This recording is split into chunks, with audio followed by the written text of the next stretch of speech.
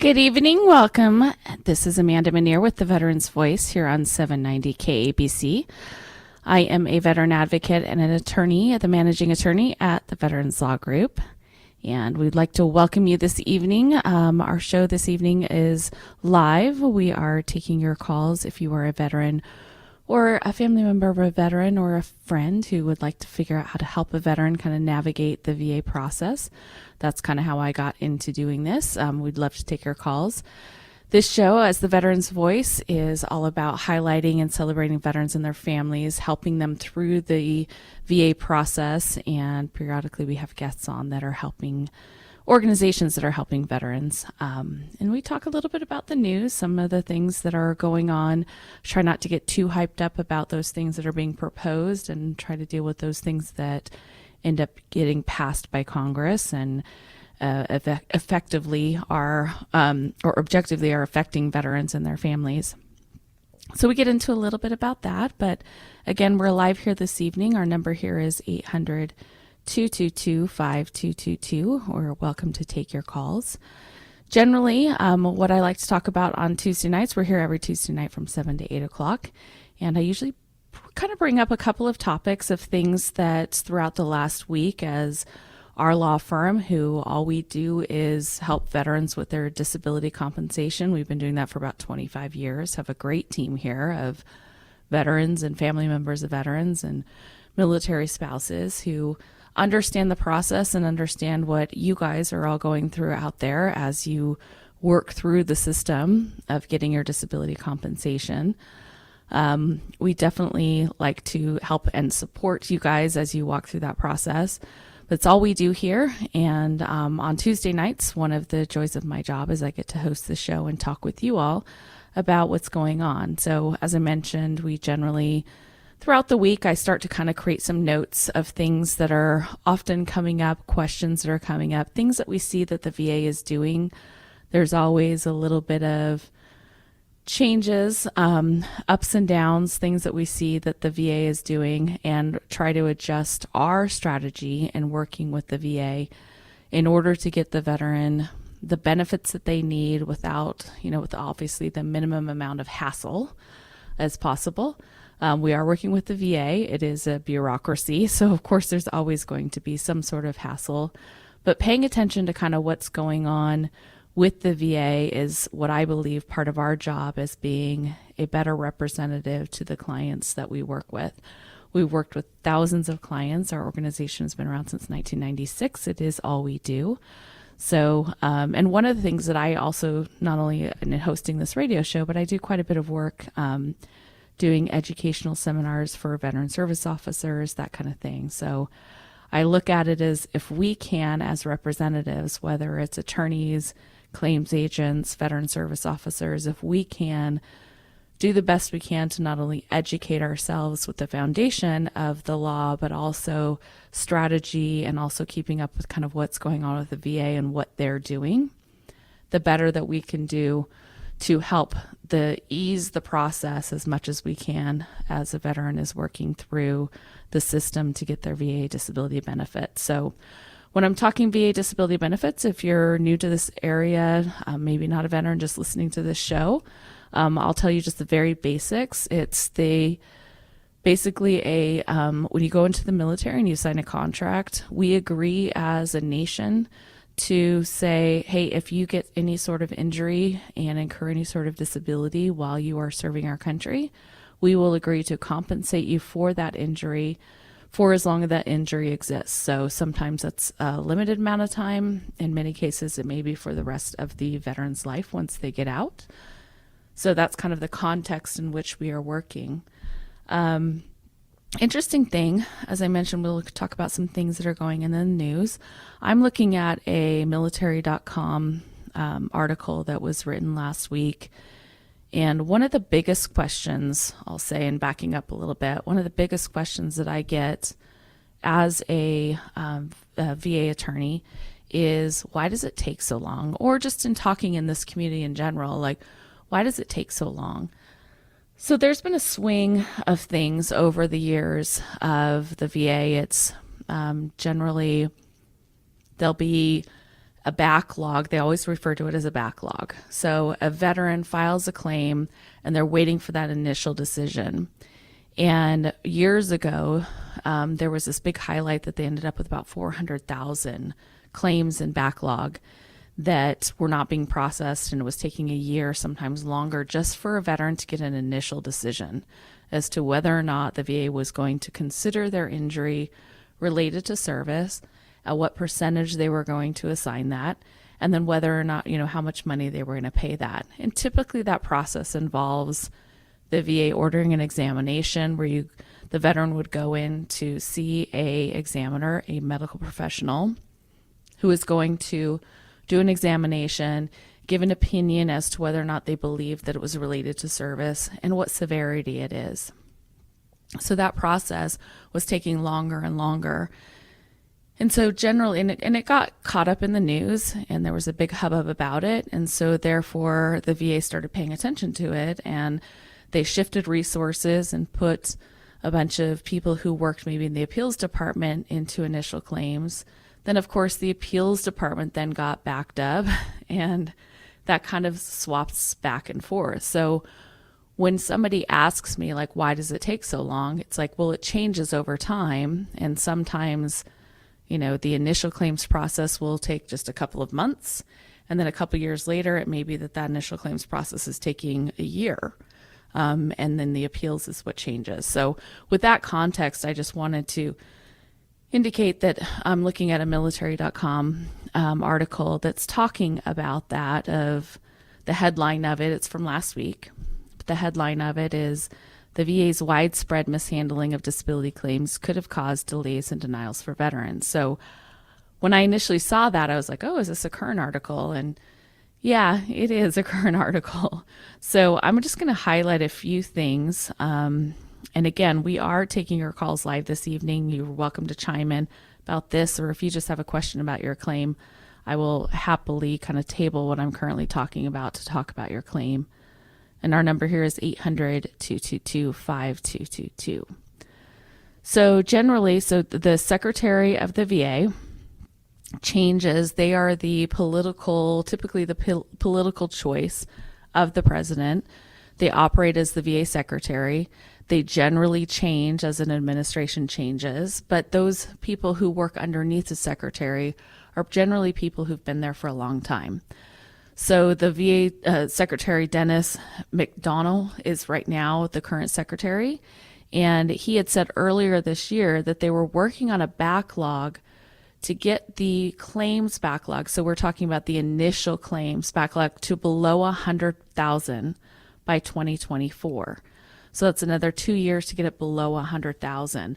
Right now, it's about 150,000 that is currently in a backlog. They were processing 635,000 on a year-to-year basis. So there's certainly a lot of claims. Now, if you guys have been listening or paying attention to what's going on in the VA right now, there was recently a huge legislation that changed called the PACT Act that will open up a lot of claims to people who were previously denied or didn't have the opportunity to file claims. So we're expecting an influx of claims to be filed because of the PACT Acts. But what I'm talking about right now, just a week ago, this is what is the current numbers. And so we do expect that to go up. So in looking at that, with the VA secretary saying, we're going to work through these backlogs down to below 100,000 by 2024. What they're saying at that point is, in order to get there, they have processors working overtime, setting records by processing more than 7,000 claims a day. And while that sounds like, okay, everybody's working overtime, the VA is paying a lot of attention, my natural inclination of that is to respond of saying, okay, what kind of pressure are you putting those claims agents under, or those processors under, and how accurate are those decisions going to be that come out of the VA?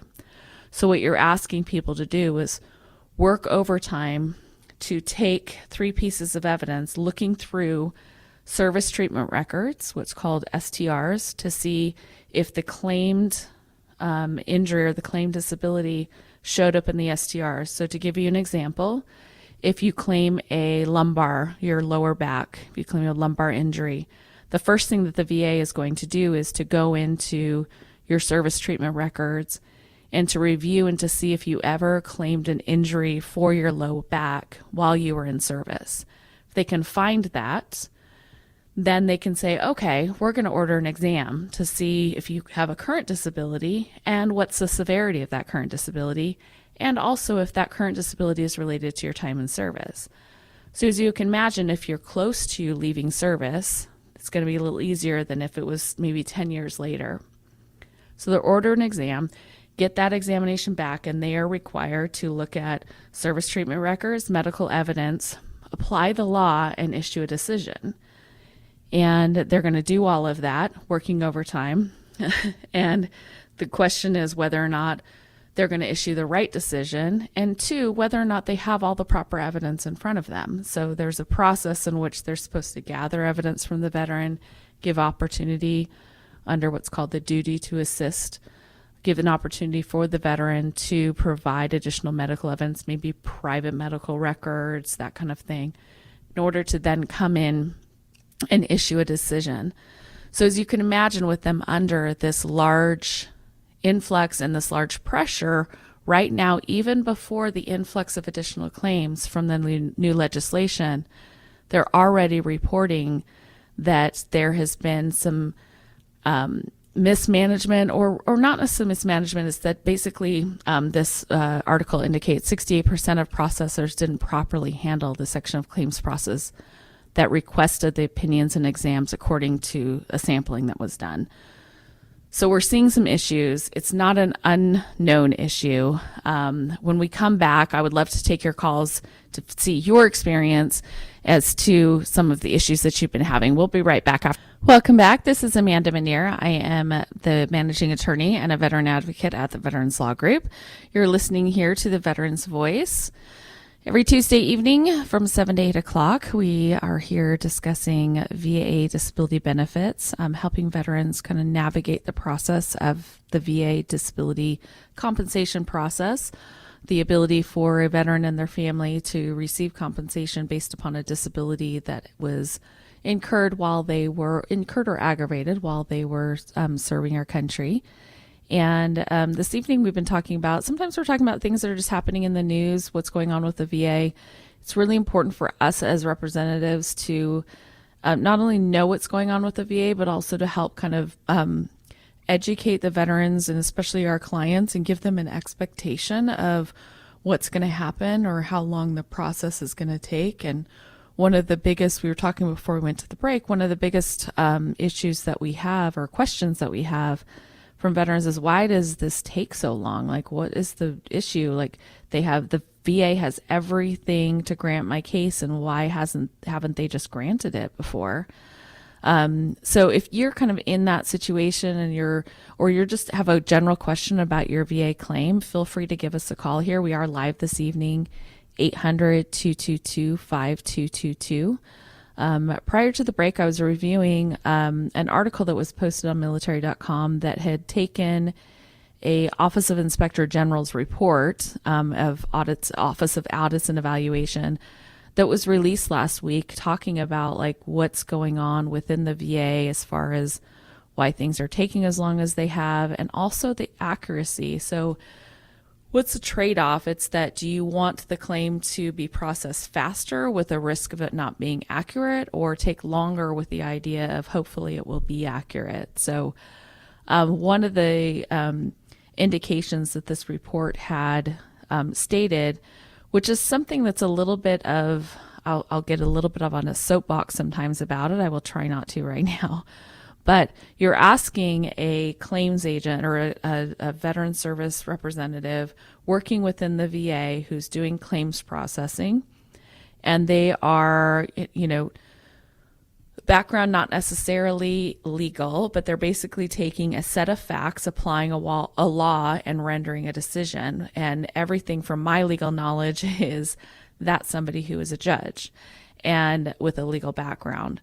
But that's not how the VA certainly works things. So I found it really interesting in this report here is that they indicated that as part of, I'm just going to read a quote here from this article, as part of the claims process, VA examiners use information provided by the processors to determine the extent of the veteran's disability and whether it's covered.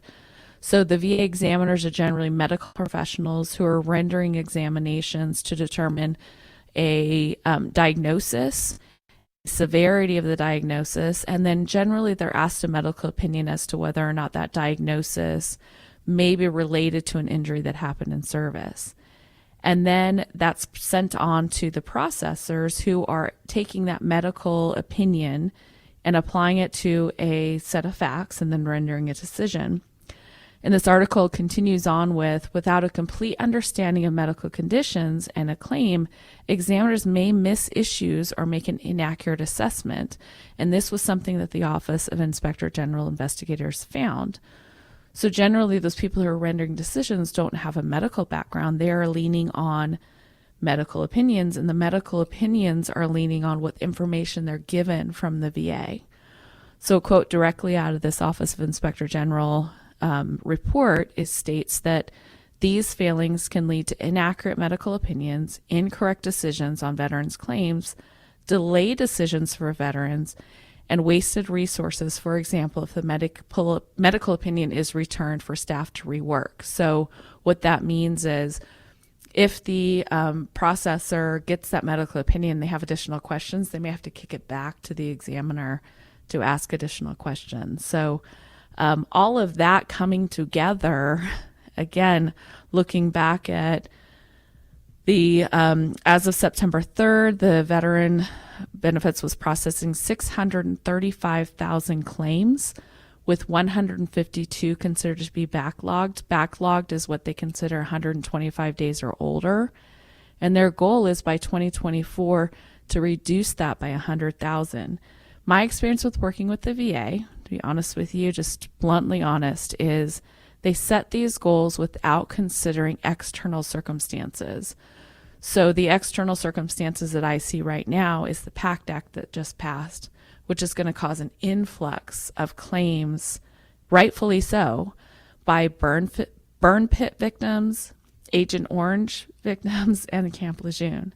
So all of that to be said, I don't want to be, the raining on everybody's parade about what is so frustrating about the VA, but I'm trying to give a realistic outlook on when you're filing a claim with the VA.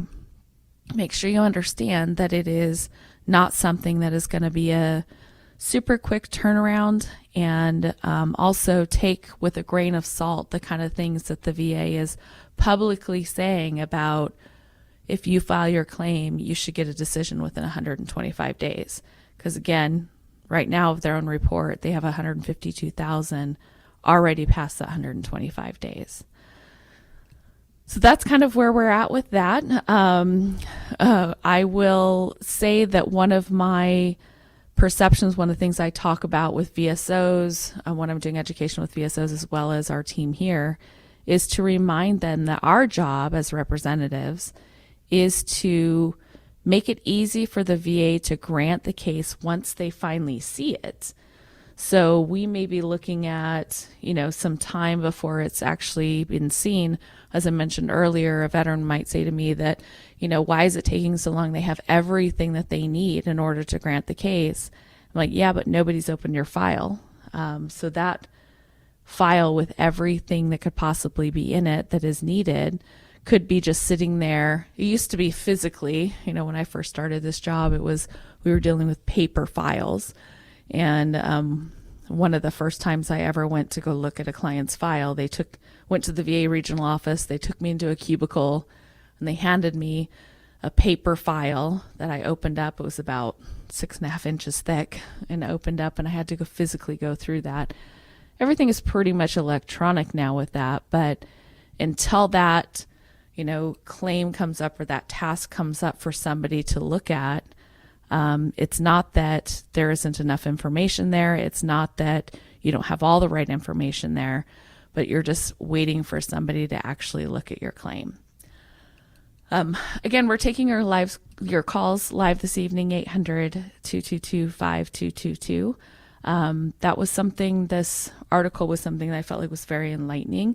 It is on military.com and it was published, let's see if you're interested in it, September 7th of 2022. We'll also put it on our social media, Veterans Law Group, on Facebook, YouTube, and Twitter if you're interested in reviewing it, although probably will be frustrating, but yet eye-opening to a lot of people. I get into a little bit of nerding out on that where I'm going to read I went in and read the actual Inspector General's report about this. I read those every month. But this is a really good article that was written up that was just informational, that was very helpful. So again, we're taking your calls live this evening, 800-222-5222. We want to talk about your claim. One of the things that I also had on the agenda this evening to talk about, if there was an interest in, or if we didn't have a call to do with something else, is how do you know when you get a decision? So our office works in appeals, which means that if you get a decision and you are unhappy with it, or you're not getting what the VA should be giving you, we can step in and help you with that, not only analyze the decision to see if you should appeal it, but also then handle your claim in the appeals process. So when veterans come to us, it's how do you decide if you need to appeal it? If you were denied service connection, they said, okay, your current injury doesn't have anything to do with your service, or we feel like there's no direct correlation to that. An example of that we'll see regularly, I just saw one today I was reviewing, was a mental health condition where there was a current diagnosis of anxiety and depression, but the VA indicated that it didn't seem to have anything, or was less likely than not due to any sort of injury that happened in service. And so it's like connecting the dots. My job then is to connect the dots of, is it related to what happened in service, and what is the piece of information that the VA doesn't have in order to connect those dots and grant service connection. So when I'm reviewing a decision to decide that, if there was a complete denial of service connection and you believe that it's related to your service, then that's something that is kind of just a gut reaction of, oh, I want to appeal that decision. There's also what I refer to as an underrating. So when you get that piece of the puzzle, that is the first hurdle, is to get service connection. They say you have a current disability and we believe it's related to the injury that happened in service. If that's connection, then the next step is to develop and determine what percentage you should get, and that is based upon statutory and regulations that say if you have X, Y, and Z symptoms, then you should have a particular percentage because of that.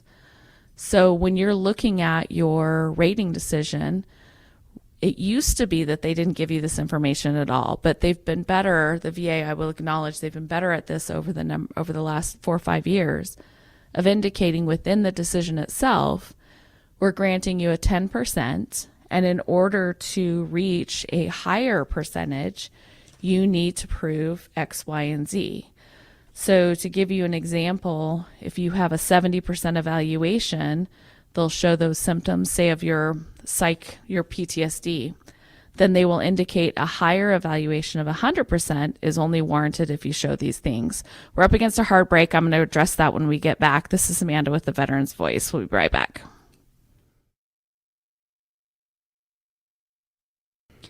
Welcome back. You are listening to the Veterans Voice here on 790 KABC. This is Amanda Manier.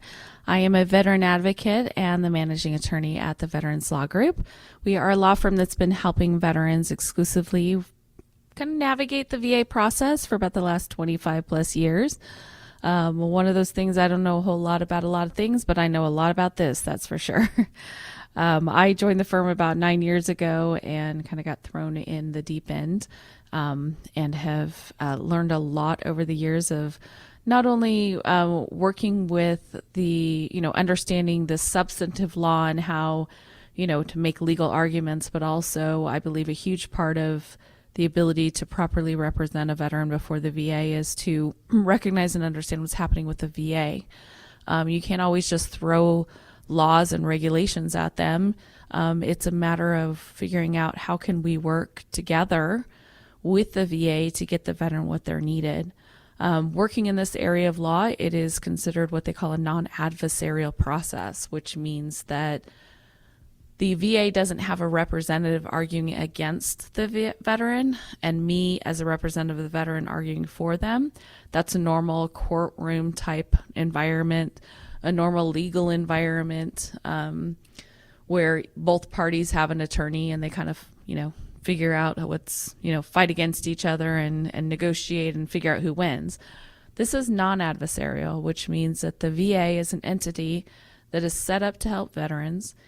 And my job as a representative is to show the VA what the veteran needs or what the veteran's situation is. And the three of us work together to provide a decision for the veteran that we can do the best that we can under the law. And that is the theory of it. In practicality, it doesn't always necessarily work that way. So on Tuesday evenings between 7 and 8 o'clock, we are talking about things that affect veterans. And this evening we are live, and I'm happy to take your call if you are a veteran who wants to talk about their case or a family member or friend of a veteran who's trying to figure out how to help them. That's how I got into this area of law. You can reach out to us at 800-222-5222. If you do not like to or don't want to talk about your disability claim live on the air, you can always reach our office at 800-811-0523 or go to our website at veteranslaw.com. We do veterans with an S. We do offer free consultations, and our team is amazing in helping you kind of see if you need an attorney at this point or whether or not we can point you in the right direction to get the help that you need. Before the break, we were talking about, how do you decide if you need to appeal a decision? So you filed your claim, you finally got a decision, and how do you decide whether or not it's something that you should just accept what you got or whether or not you should appeal the decision? One of the great things I will give credit to the VA for doing over the last few years is they have been much better about including in the rating decision a series of, okay, this is what symptoms you have shown, and that's why we give you a 50%, say, for your PTSD. And the next level from PTSD or any psychological issue is a 70%. It goes from 50 to 70. Here's your list of symptoms. Now, one of the things I want to make sure that everybody understands is you don't have to show all of those symptoms. It's just whether or not you show more in the 70% range than you do in the 50% range. And that is a generalization, because I will say that, for example, if in the 70% range, one of the symptoms is suicide ideation, and I have seen cases that we've won at a 70% level that was the only symptom in the 70% range that was shown. Everything else was in the 50. So they'll give you a list of symptoms that they want you to show or they believe that you should show in order to reach that higher percentage. But again, it's in certain circumstances, especially psychological, you don't have to show all of them. So just to give you an idea, I'm looking at a rating decision right now of a case that came in that I was evaluating this week to determine whether or not I felt like I could get them a higher percentage. And they were granted 50%.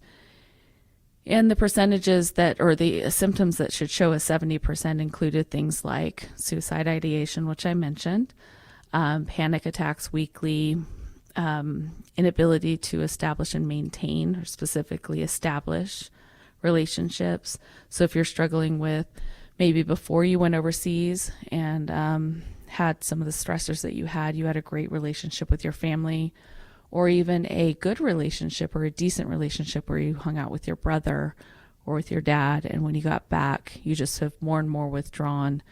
That's more of an inability to. So we definitely use those symptoms as well to show a higher percentage. But your rating decision, and getting back to the point of whether or not you should appeal it, your rating decision should indicate what you need to prove in order to get that higher percentage. Again, as I mentioned, we are taking your calls live this evening, 800-222-5222 if you've got a question about your claim. Let's go here to Randy in Los Angeles. Randy, thank you for joining us. Hi, how are you? I'm good. How are you? I'm doing well. So I am a disabled American veteran at 10%. And I got out a long time ago. But there was one time that I reinitiated a claim and I wound up having to fly out of town at the last minute. That was 8 years ago. Okay. And I called them and they said they'd reschedule it because I had to go through some sort of a review. But Right. There was never contact after that. And there's just a lot of other issues that stem from, my service period. Sure. So a couple of things that I will say just for the general public, but also you, is that there isn't a deadline for a deadline for filing a claim. So we've helped veterans from World War II, Korea, Vietnam file claims now. So you can at any point in time file a claim. And then in your situation where you're saying that you filed a claim, they probably scheduled you for an examination. That's part of the process of they saw something in your service treatment records with regards to what you claimed, and therefore they're going to schedule you for a medical opinion to say, does he have a diagnosis of a condition? Is it related to service, and what's the severity? And it sounds like you missed that examination because you had to leave town. Am I tracking with you correctly? Yes. Okay. Did they ever actually issue a decision to you that said, we're denying your claim because you failed to show for an exam? No. Okay. So a couple things that I will say with that is, one, it's possible, honestly, if it's been how long ago was that? About 8 years ago. Okay. So the VA so if you filed a claim and they schedule you for an exam, if they never issued a decision, then your claim is considered still open. So they have to actually issue a decision. However, I will tell you from a practical standpoint that the VA has been notorious, especially around that time frame, for not mailing out decisions. So there could be a decision in your claims file that they believe was mailed to you, and yet you never got it. So if that is the case where there's a decision, then there's a little bit of an uphill battle as far as arguing effective date. But if they never issued a decision, then your claim is wide open. And that would be the first determination that I would look at. Because if a decision has never actually been issued, your effective date should go back all the way back to those 8 years ago if they never issued a decision, which the VA is known for doing. The first thing that would that be on my my online veteran account? Not necessarily. Okay. So what I would recommend is for you to talk to a veteran service officer, or you're welcome to call our office. We would need to get power of attorney to look at your VA claims file to see if a decision was issued, or just posted, or they closed out your claim inadvertently, because they do that sometimes. And then whether or not it's still open. If it's not still open, they issued a decision, you would have to reopen it, and then you might be able to argue an effective date later because you never received a decision. Okay. And what are the fees for you to represent? We do everything through contingency. So that just means that we will never send a veteran a bill. We work on appeals. So the idea being, if we're able to get you service connected for something, you will eventually get a lump sum of back pay, depending on what the percentage change is. And we do a 20% contingency, which is very standard in the industry. And that gets withheld by the VA and paid to us directly from the VA from your dollar amount. So we don't send out invoices. And then anything related to if we need to get an independent medical exam, or, all of our costs are all covered by our office. So if you want to look into that, our number is 800-811-0523 or veteranslaw.com. I'm against a break. We'll be right back. Welcome back. This is Amanda Manier with the Veterans Voice. We are talking about VA disability benefits this evening, every Tuesday evening between 7 and 8 o'clock. Before we went to the break, we were talking with Randy here in Los Angeles, who was asking about his claim, and I kind of got rushed at the end, and I want to slow down a little bit, and I hope, Randy, you're still listening, and anybody out there who might be listening, because this is a really important point of VA disability benefits. Is it's not just a matter of showing service connection and how much percentage that you get. There's also an effective date issue, and what I mean by that is, let's do the very basics. If, say, you filed a claim, 8 years ago, as Randy had indicated he had done, and he never really he missed an examination because he had to go out of town, and he has never received a decision on that. So the VA is required to basically, when I say that claim is still open, that means that if they never really issued a decision outside of what I was mentioning of there might have been a mail issue that they should have mailed it out, and they'll claim they mailed it out and that kind of thing.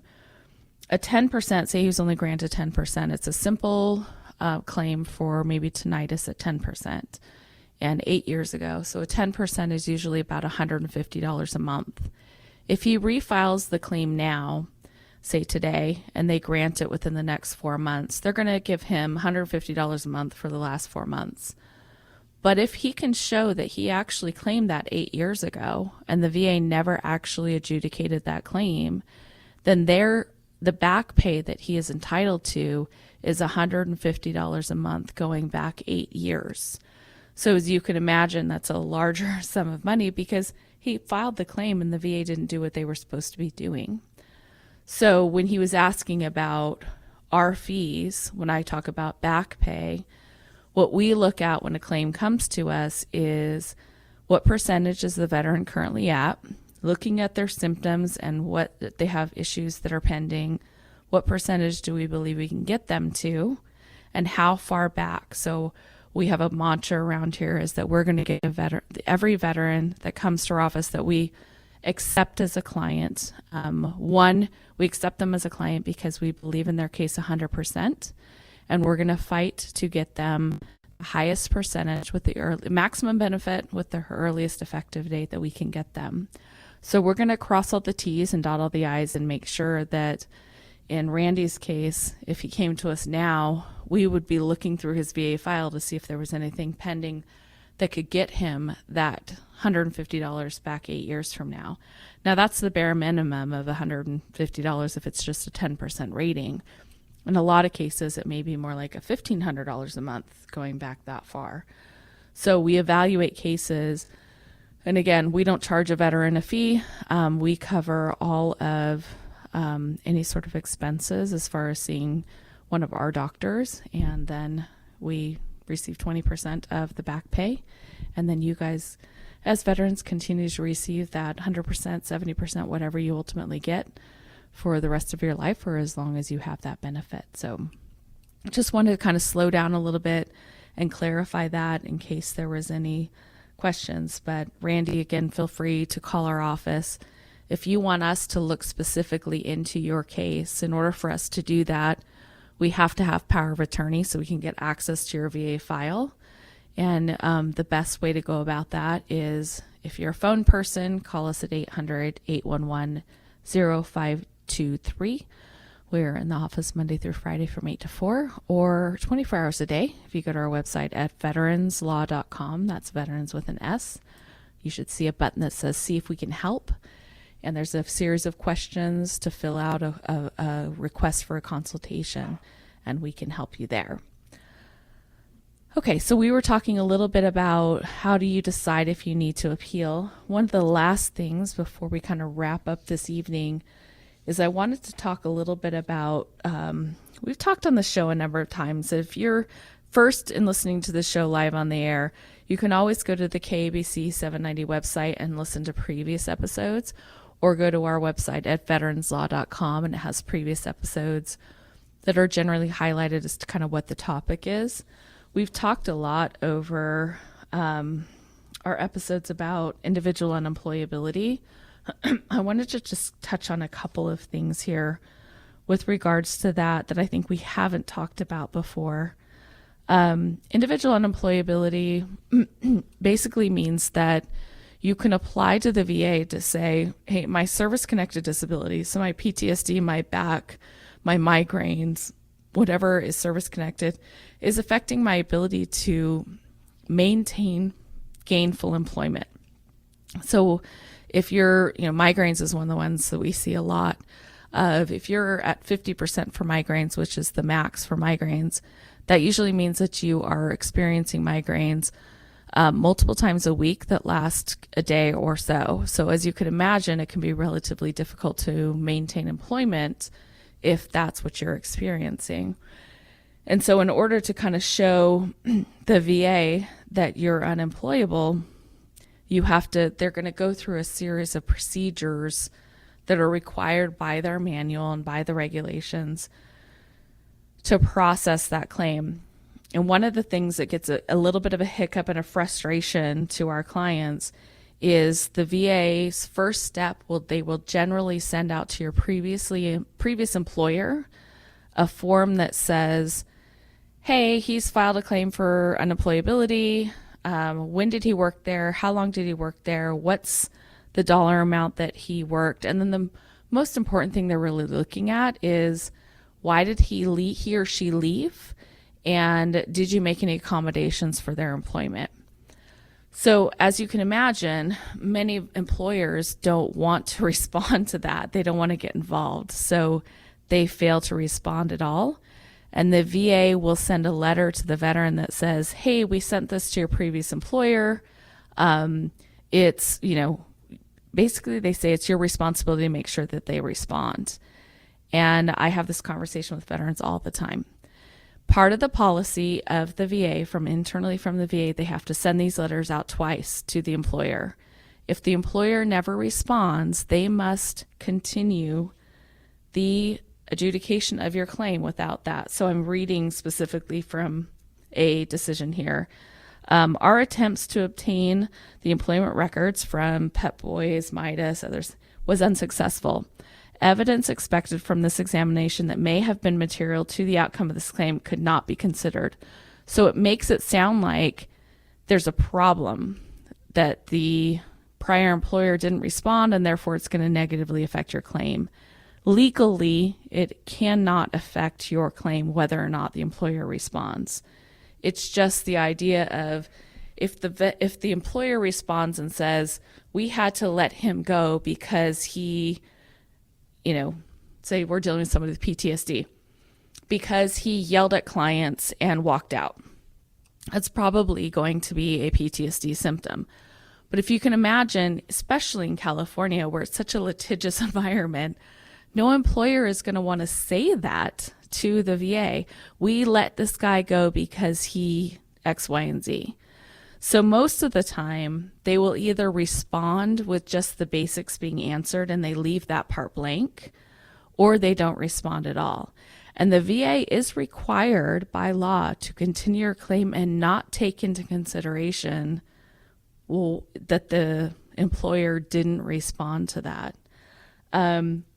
In our office, which I am looking at right now in our conference room, we have bulletin boards up here, and one of them we call it the VA Wall of Shame.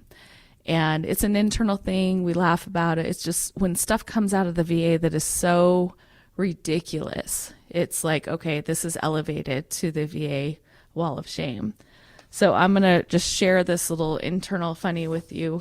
And again, I only say funny because when you work in this industry like we do, it's not that we're laughing about what veterans going through. It's just that, geez Louise, VA, like it gives us motivation to fight back and to be like, you guys are sometimes such idiots about what you're dealing with. So this one it was a veteran who has a bipolar disorder. It is service connected at 70%, so he qualifies for unemployability. He has been unemployed for most of the last 8 years, However, he has, or I shouldn't say he's been unemployed, hasn't been able to maintain employment for the last 8 years. So he'll have a job for a few months at a time, get fired from it, quit from it, that kind of thing, and try. So he's been trying for years and he's got 3 kids. He's a really good guy, I can tell you. But he's been having a hard time maintaining employment. And this is exactly why this particular benefit was created, was if somebody who, because of his service-connected conditions, is having a hard time maintaining and gainful employment. And the decision says here is, review of the VA examination shows you were last employed in 2017 at Lube Express, but you were terminated due to excessive absences and tardiness. And then the very next sentence is, there's no evidence of termination due to your service-connected bipolar disorder. And that is so laughable to me, because if they knew anything about somebody who struggles to work through life with a bipolar disorder, they would understand why there was excessive absences and tardiness, which is the exact story of this veteran who every couple of months he's able to get a job, and then he goes through an episode of manic or depression and can't maintain that job, which is exactly what this is for. And so, again, as I mentioned, we put it up on the bulletin board. In this case, I will tell you, within this last week, was granted. He was able to get his unemployability. We had to take it to the board and get a judge to grant it, but he ultimately granted it. And this veteran is incredibly grateful that he's able to now, going forward, be able to support his 4 children. So why do what we do? You are listening to Amanda Manier. This